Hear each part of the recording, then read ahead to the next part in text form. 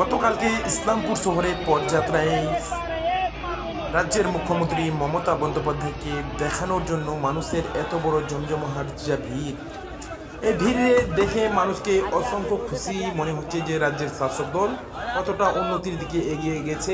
এই দেখে মানুষ যা রাজ্যের মুখ্যমন্ত্রীকে দেখানোর জন্য এত বড় ভিড় জমিয়েছিল ইসলামপুর শহরে।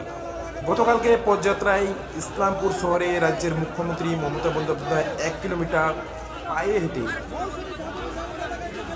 হেঁটে এই পুরো ইসলামপুর শহরকে এবং শহরবাসীকে খুশির বার্তা দিয়েছে এবং রাজ্যের মুখ্যমন্ত্রী দেখানোর জন্য মানুষ এত বড় একটা ভিড় লাগাইছিল। আপনারা দেখতে পাচ্ছেন যে ভিডিওর মাধ্যমে মুখ্যমন্ত্রীর পিছনে হাজার হাজার মানুষ দেখা যাচ্ছে এই ভিড়। অন্যদিকে দেখা যাচ্ছে যে গান্ধী পরিবারের একমাত্র পুত্র যিনি রয়েছে পুরো মণিপুর থেকে মুম্বাই অবধি পৈদল যাত্রা নামে একটা নেই যাত্রা ডাক দিয়েছে।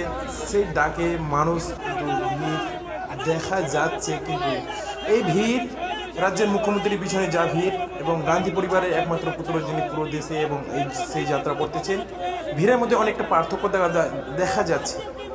এবং দুই দলকে ইন্ডিয়া জোট নামে এবং রাজ্যের শাসক দল যিনি রয়েছেন এবং কংগ্রেস পার্টি এবং বর্তমানে 26 থেকে 27টি পার্টি একজোট হয়ে ইন্ডিয়া জোট নাম দিয়েছেন। কিন্তু অন্যদিকে দেখা যাচ্ছে তারা একজোট, কিন্তু তার বিপরীতে দেখা যাচ্ছে তারা আলাদা আলাদাভাবে জনসভা করতেছে। রাজ্যের মুখ্যমন্ত্রী বর্তমানে কিন্তু ইসলামপুর শহরে গতকালকেই ছিল ইসলামপুর, চোপড়া, রায়গঞ্জ এবং অন্যদিকে গান্ধী পরিবারের পুত্র যিনি রয়েছেন রাহুল গান্ধী, তিনি কিন্তু মণিপুর থেকে মুম্বাই অবধি র্যালি নিয়ে যাচ্ছে। তো এটাকে একজোট হিসাবে আমরা দেখতে পাচ্ছি না।